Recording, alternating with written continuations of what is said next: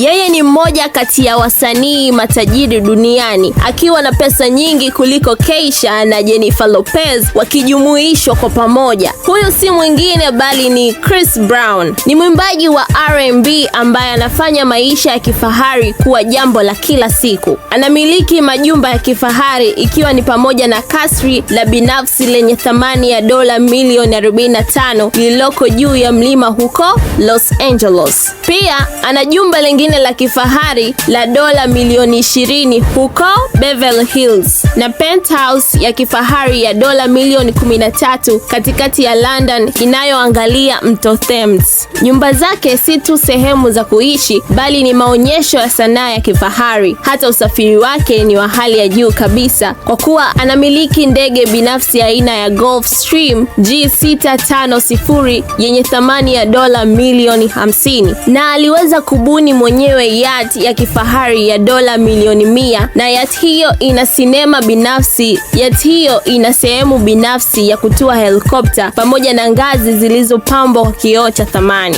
Na hatujaishia hapo tu, tukija kwenye usafiri wake na maanisha barabarani, anatembelea gari aina ya Bugatti Veyron ya dola milioni 2.5 pamoja na Pagani Huayra ya dola milioni 5 na Rolls Royce Phantom iliyopakwa dhahabu. Ukija kwenye bling bling, hapo ndo anaamua kutuchosha kabisa. Chris Brown ana saa ya Jacob & Company ya dola milioni 18, cheni yenye almasi za pinki unaokosti karibia dola milioni 8, hadi pini zake za shati lake ni almasi 5 za carats. Kama msanii mwenye alama ya utajiri wa kilele duniani, aliweza kuongoza orodha ya wasanii wenzake matajiri kuanzia mwaka 2013 hadi mwaka 2022. Can you just imagine? Kwa hiyo huyo ndo alikuwa Chris Brown kwenye chat ya leo.